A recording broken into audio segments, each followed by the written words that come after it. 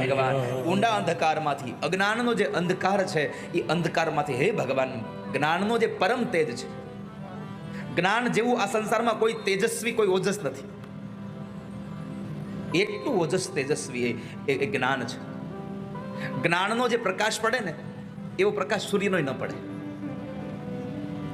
જ્યારે તમારી અંદર જ્ઞાનની આભા હોય,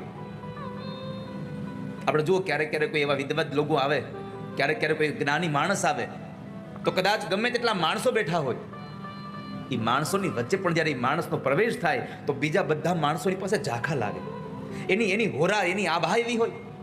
ભાગવતના અષ્ટમ સ્કંદમાં કથા છે કે જ્યારે બલિરાજાનો 100મો અશ્વમેધ યજ્ઞ ચાલતો હતો ને એવા વિદ્વત બ્રાહ્મણો યજ્ઞ કરાવતા હતા, વેદના મંત્ર બોલતા હતા. પણ એ સમયે એક બ્રાહ્મણના સંતાન તરીકે ભગવાન વામનજી જ્યારે પધાર્યા છે, જ્યારે આકાશમાં ચંદ્ર આવે અને નક્ષત્રો બધાય જેમ ઝાંખા પડી જાય, જેમ સૂર્ય આવે ને ચંદ્ર ઝાંખો પડી જાય, એમ ભગવાન જ્યારે પધારે છે ત્યારે બ્રાહ્મણો પણ ઝાંખા પડી જાય. કેમ? જ્ઞાન પધાર્યું એટલે બધા ઝાંખા પડી ગયા છે.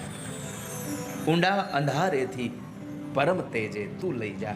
એટલે હે ભગવાન, અમને અજ્ઞાનના અંધકારમાંથી તમે પરમ તેજ જ્ઞાન સુધી અમને પહોંચાડી દો.